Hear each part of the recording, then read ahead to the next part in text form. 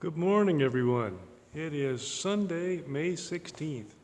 I'm so glad you're here with us this morning. A few announcements before we go to worship. I hope you will join us at 10:15 for our worship service. But here's a couple of announcements. Remember that Tuesday, the day after tomorrow, this Tuesday, is the COVID-19 vaccination clinic here at Christ Church from 4:45 to 5:45. In the announcements during the worship service, I may have got that time wrong. It is 4:45 to 5:45 here at Christ Church, likely in the fellowship hall. It is for anyone, hear that, anyone 18 and older. They will have the Moderna vaccine as well as the Johnson one and done vaccine. You know, the Johnson & Johnson vaccine is you only take once. The Moderna you need two. So if you need the Moderna, they'll be here. If you prefer the Moderna, they'll be here. Johnson & Johnson vaccine will also be here 4:45 to 5:45 for anyone over the age of 18 on Tuesday here at Christ Church. Please share that news with anybody who needs to be vaccinated yet or who has not yet been vaccinated. And as you heard in the news this week, being vaccinated will enter you for the statewide $1 million lottery. So, you know, getting that shot in your arm could be worth $1 million to you. Could happen. Probably not, but could happen. Anyway, that's one announcement. The next announcement starts with a thank you. I want to thank you all. A month or so ago, I mentioned that giving this year was down quite a bit from last year, and I was confident in all of you and your faithfulness. I was confident that it was just a momentary forgetfulness. And I reminded you, and our finance meeting this past week tells me that our giving is much, much better than it was the month before that. But it's still not quite where it was last year.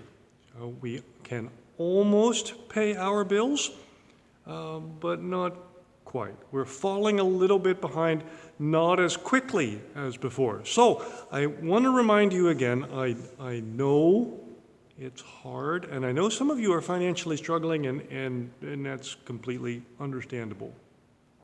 But I just want to remind you not to forget that if you haven't made your gifts to the church to keep the lights running and the water on and that sort of thing, to keep our mission and ministry on track so that we can do the things that we need to do for our friends and for our neighbors, and for our employees, all those things that we expect the church to be there for.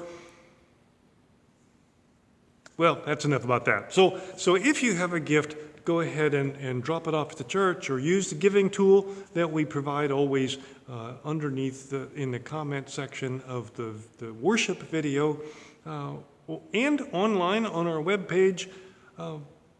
Whatever it is, I hope that you will continue to be as faithful as you have always been. Thank you very much for your ongoing and continued faithfulness, particularly in light of the coronavirus and our ongoing struggles. Finally, a reminder about our future plans. Our plan at this time is that in a couple of weeks, because we are halfway through May, in the month of June, we are going to have a parking lot church every week here at Christ Church. We are going to have worship together in the parking lot every week in June, assuming there is not a monsoon or something. Okay, weather permitting, we will be in the parking lot every Sunday of June. And then in July, we are going to hopefully, fingers crossed, prayers lifted, we'll hopefully move into the fellowship hall downstairs. Oh, excuse me. Assuming, of course, that the coronavirus doesn't rear its ugly head and things don't get worse again and we're not all kind of locked in our houses or something, July is the plan if the curves continue to go down. If Stark County continues to be in the red, that could all throw a monkey wrench in the works. But we are hopeful, listen to that, hopeful that we will tentatively be in the fellowship hall in July with the air conditioning. That's our hope. So that's the plan. Now, also, real quickly, a couple of people have mentioned to me that, look, the Center for Disease Control, the CDC, has said that it's okay for us to meet without masks and in person and indoors. Well, yes, and well, no. If you look close, what the CDC said is it's okay for us to meet indoors without masks if everyone in the room is vaccinated. And when we open the doors of the church, we're not going to put requirements on who can come in the door. We are just not going to say, you are welcome to church if you are vaccinated. But if you're not vaccinated, stay in the parking lot. No, we're just not going to do that. And so we have to assume that we are not all vaccinated. And if you look at what Centers for Disease Control are recommending for large groups that are not all vaccinated, they are saying you should avoid large groups that are not vaccinated. But if you have to be in a large group that is not vaccinated, then you need to social distance, and you need to wear masks, and you need to limit your time together as much as possible, and you should not sing. That's pretty much what their website says still, and that was updated less than a month ago.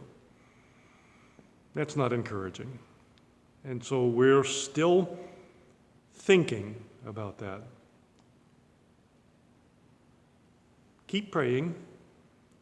Let's stay together. We are going to get through this. Things are improving. We are moving in the right direction. We're not there yet. Hang tight. We love you. God bless. Have a great week, everybody.